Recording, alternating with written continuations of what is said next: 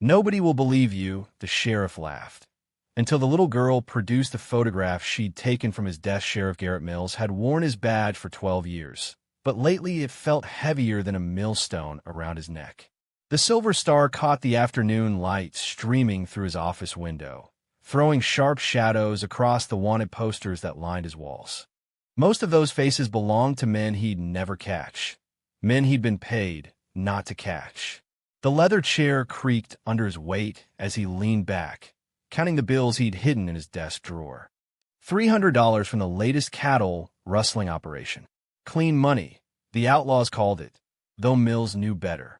No money that came from stolen beef could ever be truly clean. It stained everything it touched, including the hands that counted it. He folded the bills carefully and placed them beneath the false bottom of his desk drawer, right next to the photograph he kept there. The picture showed him shaking hands with Black Pete Morrison, the territory's most wanted cattle thief. Mills had meant to burn it months ago, but something always stopped him.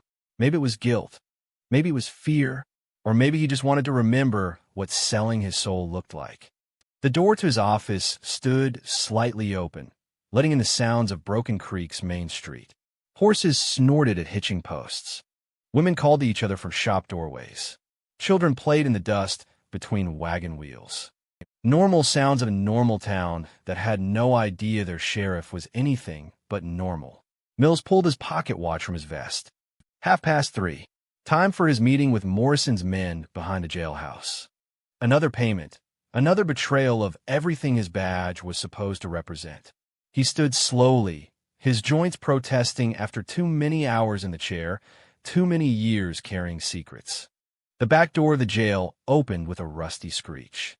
Mills stepped into the narrow alley where the sun barely reached, where shadows gathered like conspirators. Two men waited for him there, Jake Sutter and his brother Cole, both part of Morrison's gang. They wore their guns low on their hips and their hats pulled down over their eyes. "Sheriff," Jake nodded, his voice rough as sandpaper. "Got something for you." Mills felt his stomach turn as Jake produced a leather pouch heavy with coins.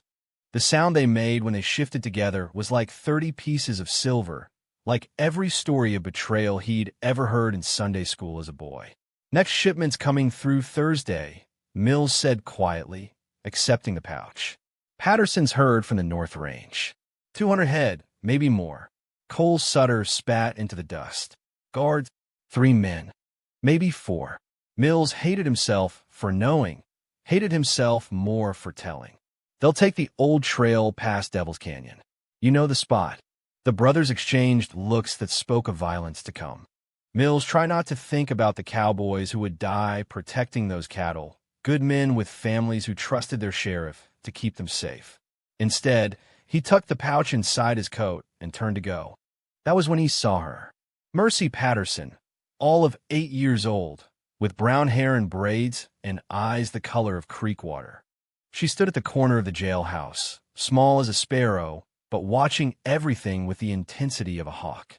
Her father owned the very herd Mills had just betrayed. The girl stepped forward as the Sutter brothers melted away into the shadows. She moved with the careful steps of a child who had learned to be quiet, to notice things adults missed. Mills felt his heart hammering against his ribs like a caged bird. "Sheriff Mills?" Her voice was clear and sweet, the way a child's voice should be. "What were those men talking to you about?" Mills forced a smile that felt like broken glass. "Nothing for you to worry about, little miss. Just sheriff business." Mercy tilted her head to one side, studying his face the way she might study a book she was learning to read. "They looked like bad men." "Papa says bad men usually find each other in dark places." The truth of those words hit Mills harder than any bullet could have. He knelt down to Mercy's level, his knees protesting against the hard ground. This close, he could see the intelligence in her eyes, the way she took in details and remembered them. "Sometimes sheriffs have to talk to bad men," he said carefully. "It's part of the job." "Were they paying you?" The question came out innocent as morning dew, but it cut through Mills like a knife. He laughed, a harsh sound that echoed off the jailhouse walls. "Nobody would believe a wild story like that, child. Nobody believes little girls who make up tales about grown-ups." But Mercy didn't flinch. She didn't look away. Instead, she reached into the small cloth bag she carried and pulled out something that made Mills' blood turn to ice water in his veins. It was the photograph. His photograph.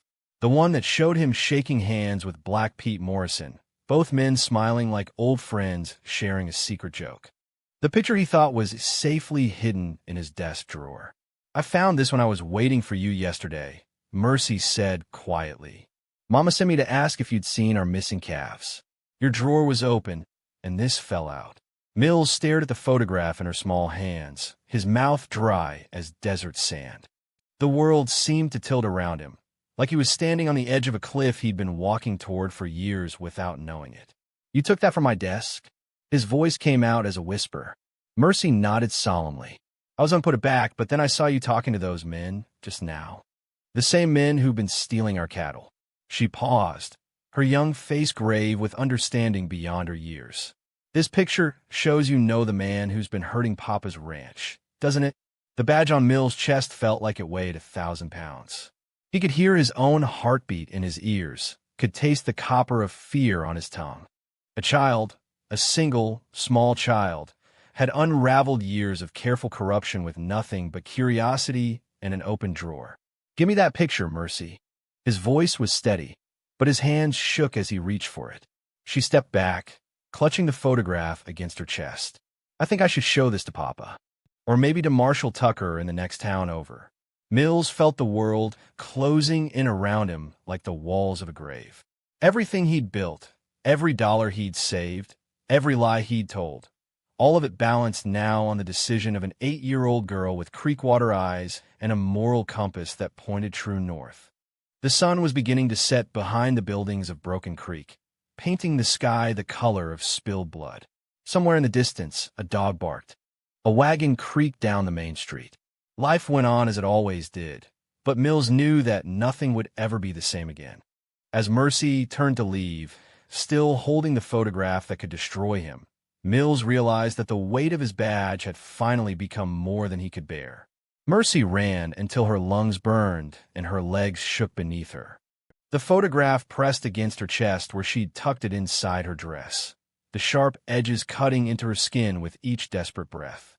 Behind her, she could hear the thunder of horses, Sheriff Mills and his men, riding hard through the desert night.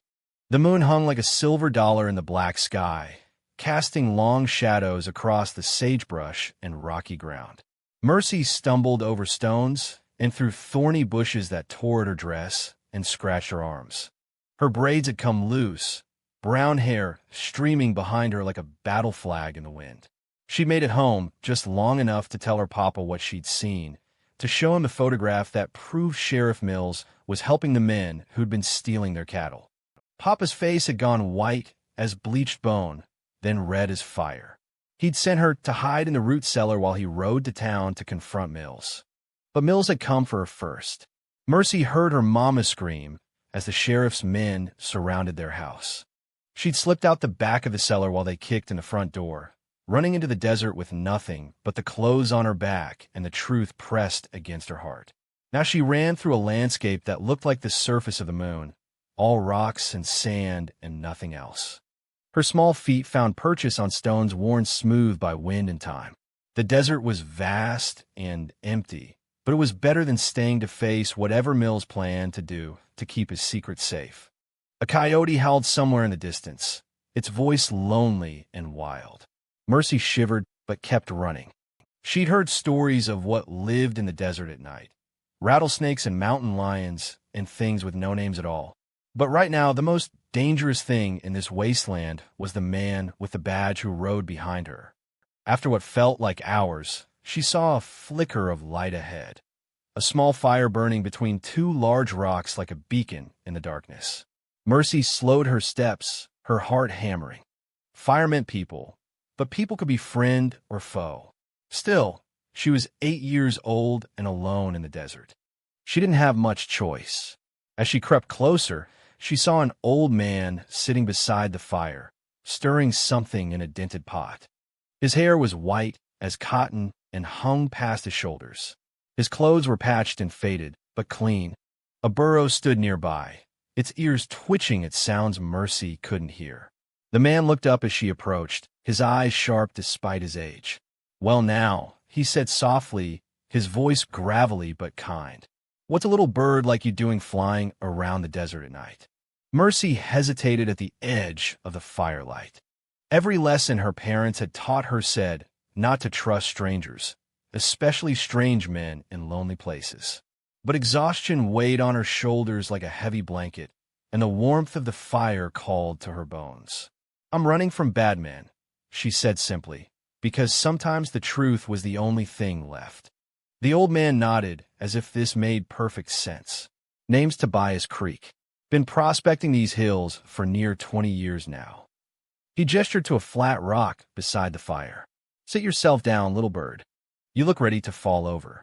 Mercy sat carefully, still clutching the photograph beneath her dress. The warmth of the fire felt like heaven on her cold skin. Tobias ladled something that smelled like beans and bacon into a tin plate and handed it to her. "Eat," he said. "Whatever trouble you're running from, you'll face it better with something in your belly." As Mercy ate, she found herself telling Tobias everything. About the sheriff and the cattle thieves, about the photograph she'd found, about the men who'd come for her in the night. Tobias listened without judgment, nodding occasionally and poking at the fire with a long stick. "Sheriff Mills, you say?" Tobias spat into the flames, making them hiss. "Always figured that man was crooked as a dog's hind leg. Seen him out here too many times, meeting with folks who don't belong in civilized company." "You know him?" "Know of him. Know his type, anyway." Tobias looked at her across the fire, his weathered face serious. "That photograph you're carrying, that's dangerous as a loaded gun, little bird. Men have killed for less." As if summoned by his words, the sound of horses reached them across the desert air. Tobias stood quickly, his hand moving to the rifle that leaned against a nearby rock. "That'll be them now. How many you think?" Mercy listened to the approaching hoofbeats. 3 horses, maybe 4. "Good ears." Tobias kicked sand over the fire, plunging them into darkness. "Take my burro and head for those rocks up there. Stay low and stay quiet." "What about you?" "I'll be fine. Been dealing with varmints longer than you've been breathing." He pressed a small pistol into her hands, old but well-maintained. "You know how to use this?" Mercy nodded. Papa had taught her to shoot when she turned 7, said the frontier was no place for helpless children. She led the burro into the rocks just as the riders appeared, dark shapes against the star-filled sky. Sheriff Mills rode in front, his badge catching moonlight like a fallen star. Behind him came the Sutter brothers and another man Mercy didn't recognize. "Creek," Mills called out. "We know you're here. We can smell your cook fire." Tobias stepped into the open, his rifle held casual but ready. "Sheriff Mills, what brings you out to my little corner of nowhere?" "Looking for a runaway child. Girl about 8 years old. Stole something that belongs to me. Don't see no child here. Just an old man and his coffee pot." Mills dismounted, his hand resting on his gun. "Now, Tobias, we both know that's not entirely true. That girl is dangerous. She's been telling lies about good folks, making up stories that could hurt innocent people." "Innocent people?" Tobias repeated the words like they tasted bad. "That what you call yourself these days, Mills?" The sheriff's jaw tightened. "I'm going to search your camp." "No," Tobias said quietly. "You're not." For a long moment, the 2 men stared at each other across the cold ashes of the fire. The desert wind whispered through the rocks, carrying the scent of sage and distant rain.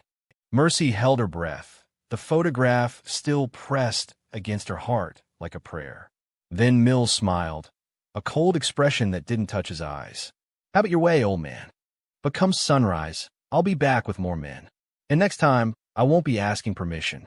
He swung back into his saddle, the leather creaking in the silence. "When I find that girl, Creek, anyone who helped her is going to answer for it. You remember that." The riders disappeared into the darkness, leaving only dust and the echo of hoofbeats. Tobias waited until the sound faded completely before calling Mercy down from the rocks. "Well, little bird," he said as she approached with the burro, "looks like we've got ourselves a situation." Mercy nodded, her young face grave in the starlight. He'll be back. Oh, he'll be back all right. Question is, what are we going to do about it? As the first pale light of dawn began to touch the eastern horizon, Mercy realized that running was no longer enough. The sun climbed higher as Tobias and Mercy rode his old burro across the desert toward Pine Ridge, the nearest town with a telegraph office and an honest lawman. The animal moved steadily but slowly, its hooves kicking up small clouds of dust with each step. Behind them, the heat shimmer on the horizon might have been pursuit or might have been nothing at all. Mercy sat in front of Tobias, the photograph still tucked safely inside her dress. Her small hands gripped the burro's mane as they picked their way between rocky outcrops and stands of thorny mesquite. The old prospector had wrapped his spare shirt around her shoulders to protect her from the sun, but she could still feel the heat pressing down like a heavy hand. "How much further?" she asked, her voice dry as dust. "Another hour, maybe less." Tobias squinted at the sun, calculating time the way desert men learn to do. "Marshal Davidson's a good man. Been trying to clean up this territory for years. He'll know what to do with that picture you're carrying." They crested a small ridge and saw Pine Ridge spread out before them, a collection of weathered buildings arranged around a main street that ran straight as an arrow from east to west. It wasn't much bigger than Broken Creek, but it had something Mercy's town didn't, a lawman who couldn't be bought. As they descended toward the town, Tobias suddenly pulled the burro to a stop. "Look there," he said quietly, pointing back the way they'd come. Mercy turned and saw them, 4 riders moving fast across the desert floor, dust trailing behind them like smoke. Even at this distance, she could make out the glint of Sheriff Mills' badge in the sun. "They're gaining on us," she whispered. Tobias urged the burro forward, but the animal could only move so fast. "We'll make it, little bird. That photograph of yours is going to see justice done, one way or another." They reached the outskirts of Pine Ridge as the church bell was striking 11. The main street bustled with morning activity, women hanging laundry, men loading wagons, children chasing each other between the buildings. Normal life in a normal town that had no idea what was racing toward it across the desert. Tobias headed straight for the marshal's office, a solid brick building with bars on the windows and a sign that read U.S. Marshal Pine Ridge District. But as they approached, Mercy saw something that made her heart sink. "The office is closed," she said, reading the sign on the door. "Gone to Silver Creek, back tomorrow." Tobias cursed under his breath. Davidson must be chasing down those bank robbers we heard about. Bad timing, little bird. Behind them, the sound of galloping horses grew louder. Mills and his men were less than 5 minutes away, maybe less. Mercy felt panic rising in her chest like floodwater. "What do we do now?" Tobias looked around the town square, his weathered face tight with thought. People had begun to notice them. An old prospector and a young girl on a tired burro, both looking like they'd ridden hard through the night. Some pointed and whispered among themselves. "We make our own justice," Tobias said finally. He dismounted and helped Mercy down. "That photograph needs to see the light of day, and these folks need to know what kind of man they've been trusting with a badge." He led her to the center of the town square, where a wooden platform stood beneath an old oak tree. It was where traveling preachers held revival meetings and where the town gathered for announcements. Tobias climbed up onto the platform and called out in a voice that carried across the square. "Folks of Pine Ridge, I need your attention for just a minute." People began to gather, curious about the commotion. A blacksmith wiped his hands on his apron and stepped out of his shop. Women appeared in doorways, shading their eyes against the sun. Children stopped their games to stare at the strange pair on the platform. "My name is Tobias Creek," the old man continued. "This here is Mercy Patterson from Broken Creek. She's got something important to show you all." Mercy felt her knees shaking as more people gathered around the platform. She'd never spoken to a crowd before, never been the center of so much attention. But she thought of her papa, probably locked up in Mills jail by now, and found her courage. "Sheriff Mills is helping cattle thieves," she called out, her young voice clear in the still air. "I have proof." A murmur ran through the crowd. Some folks laughed. The idea of a child accusing a lawman seemed ridiculous. But others looked interested, especially the ranchers who'd been losing stock to rustlers for months. That was when Sheriff Mills and his men rode into the square. The crowd parted as the four horses came to a stop near the platform. Mills sat straight in his saddle, his badge catching the noon sun like a mirror. Behind him, the Sutter brothers and Deputy Watson had their hands resting on their guns. "There she is," Mills called out, his voice carrying across the square. "The runaway I've been tracking. Thank you, folks, for keeping her safe until I could get here." He dismounted and walked toward the platform, his spurs ringing with each step. Up close, Mercy could see the sweat stains on his shirt and the wild look in his eyes. This was a desperate man, cornered and dangerous. "Come down from there, Mercy," he said, his voice deceptively gentle. "Your papa's worried sick about you. Time to come home." "My papa's in your jail," Mercy replied, her small voice steady. "Because he found out what you really are." Mills' jaw tightened. "Now, that's not true, child. Your papa came to see me about some missing cattle, and we had a disagreement. He'll be released as soon as he calms down." The crowd murmured again, uncertain who to believe. A sheriff's word carried weight, even in a town that wasn't his jurisdiction. But Tobias stepped forward, his rifle held loose in his hands. "Tell him about the photograph, little bird." Mercy reached inside her dress and pulled out the picture. Even from a distance, people could see it showed two men shaking hands. She held it up for all to see. "This is Sheriff Mills' meeting with Black Pete Morrison, the man who's been stealing our cattle. I found it in the sheriff's own desk." The effect was immediate. Gasps rose from the crowd as people recognized Morrison's name. The outlaw was wanted throughout the territory, his face on posters in every town. Several men pushed closer to get a better look at the photograph. Mills' face went white, then red with rage. "That picture is a fake. The child stole it from my office and had someone doctor it. I was investigating Morrison, gathering evidence. Then why were his men paying you behind the jailhouse yesterday?" Mercy interrupted. "I saw them give you money." The sheriff's hand dropped to his gun. Enough of this nonsense. But Tobias was ready. The old prospector's rifle swung up to cover Mills, and suddenly the square was deadly quiet. Even the wind seemed to hold its breath. "I wouldn't," Tobias said softly. "Not with all these witnesses watching." For a long moment, the two men faced each other in the blazing sun. The crowd pressed closer, sensing that something important was happening, but the moment balanced on a knife's edge. Then one of the ranchers, a big man named Samuel Cross, stepped forward and held out his hand to Mercy. "Let me see that photograph, girl." Mercy climbed down from the platform and walked through the crowd to where Cross stood. Behind her, she could hear Mills cursing under his breath, could feel his eyes burning into her back. But she kept walking until she reached the rancher. She placed the photograph in his weathered hands, and Samuel Cross held it up to the light where everyone could see it clearly. The truth finally was free. Samuel Cross held the photograph up to the blazing noon sun, his weathered fingers careful not to smudge the image.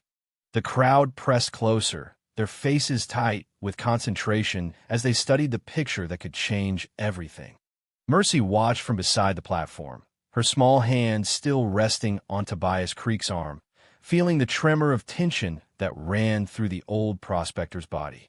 "That's Black Pete Morrison, all right," Cross said, his voice carrying across the square. No mistaking that scar on his jaw or that fancy vest he always wears. He looked up at Sheriff Mills, who stood frozen beside his horse like a man watching his own hanging. "Question is, Sheriff, why are you shaking hand with the most wanted man in the territory?" Mills' face had gone the color of old parchment, but he straightened his shoulders and tried to summon the authority his badge had always given him. "Like I told you, I was working undercover, trying to get close to Morrison's gang so I could bring them all in at once." A murmur ran through the crowd, some nodding at the explanation, others looking skeptical.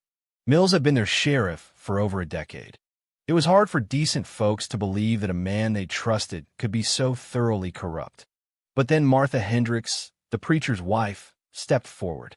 She was a small woman with iron-gray hair and eyes that missed nothing. "If you were working undercover, Sheriff Mills, why didn't you tell anyone? Why didn't you send word to Marshal Davidson or the territorial governor?" Mills opened his mouth to answer, but no words came. In the silence that followed, Mercy found her voice again. "Because he wasn't trying to catch them," she said clearly. "He was helping them. I saw money change hands. I heard him tell them about Papa's cattle drive." The sheriff's deputy, Watson, started to step forward with his hand on his gun, but Tobias shifted his rifle just enough to remind everyone that the old prospector was still watching. Watson stopped where he was, sweat beading on his forehead despite the shade from his hat brim.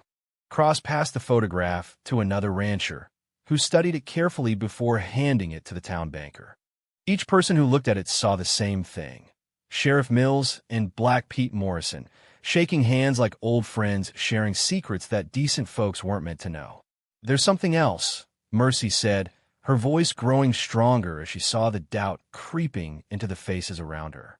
"Sheriff Mills has been taking money from the cattle thieves for months. He keeps it in a hidden drawer in his desk, along with other things he doesn't want people to see." Mills finally found his voice again.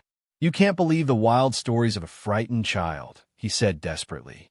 "She broke into my office, stole that photograph, and now she's making up tales to cover her own crime." But the crowd was turning against him now. These were frontier people who knew the difference between truth and lies, who could smell corruption the way they could smell a coming storm. Too many cattle had been stolen. Too many good men had died protecting herds that Mills should have been guarding. "If the child is lying," said the banker, a thin man named Preston, "then you won't mind if we send a telegram to Marshal Davidson and ask him to come back early. Let him sort this out proper-like." Mills' jaw worked like he was chewing something bitter. "Davidson's got no jurisdiction in Broken Creek. This is between me and the girl's family." "Actually," came a new voice from the edge of the crowd, "I think I might have something to say about that."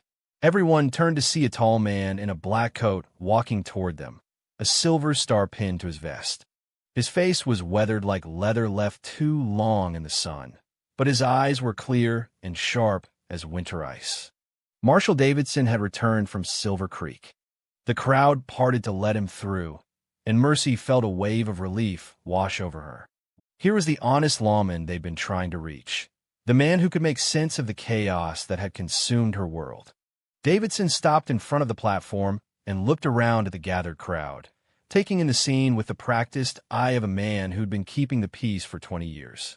His gaze lingered on Mills, on the photograph now in Preston's hands, and finally on Mercy herself. "Someone want to tell me what's going on here?" he asked quietly. Samuel Cross stepped forward and handed him the photograph. "This little girl says she found this in Sheriff Mills' desk. Claims she saw him taking money from cattle thieves."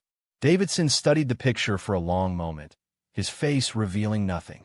Then he looked up at Mills, who was sweating now despite the shade from his hat. "Garrett," he said, his voice heavy with what might have been disappointment, "I've been wondering how Black Pete's gang always seemed to know which herds to hit and when. Never could figure how they stayed one step ahead of every honest lawman in the territory." Mills tried one last desperate play. "You're not going to take the word of a child over a fellow peace officer, are you, Tom? We've known each other for 15 years. Davidson nodded slowly. "That's right, we have.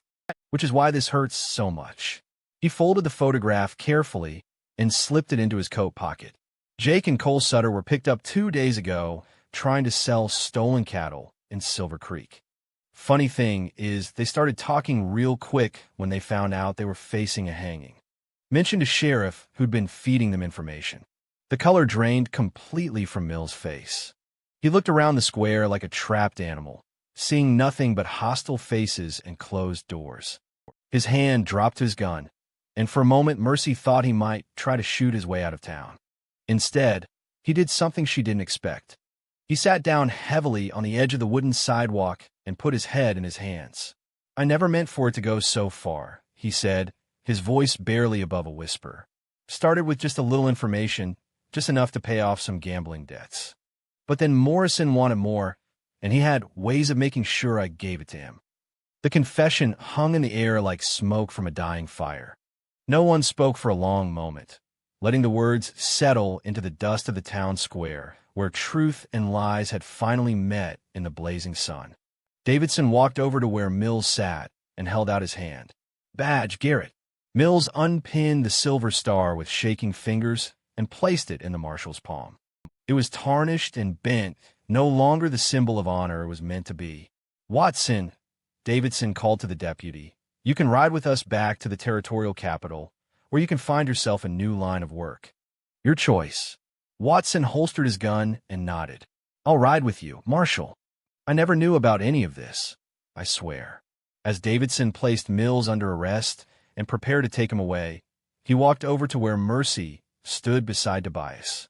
He knelt down, so they were eye to eye, this big lawman and this small girl who had brought down a corrupt sheriff with nothing but courage and truth. "You did a brave thing, Miss Patterson," he said gently. "A lot of folks owe you their thanks." Mercy looked up at him, her creek-water eyes serious beyond her years. "I just wanted the stealing to stop. I wanted Papa to come home." "Your Papa will come home," Davidson promised. "And the stealing will stop, too. You have my word on that." As the marshal led Mills away in handcuffs, the crowd began to disperse. But many of them stopped to shake Tobias' hand or to pat Mercy's shoulder, telling her she'd done the right thing, that she was braver than most grown men they knew. The sun was beginning its descent toward the western horizon, painting the sky in shades of gold and red. Mercy climbed back onto Tobias' burro, tired now that the danger had passed, ready to go home to whatever remained of her old life. "You know what you did today, little bird?" Tobias asked as they rode out of Pine Ridge. "I told the truth," Mercy said simply. The old prospector smiled, his weathered face creasing with something that might have been pride. "That's right. Sometimes that's the hardest thing in the world to do. And sometimes it's the only thing that matters." Behind them, the town of Pine Ridge settled into the quiet of late afternoon, a little cleaner than it had been at dawn. And somewhere in the desert, justice finally found a place to rest.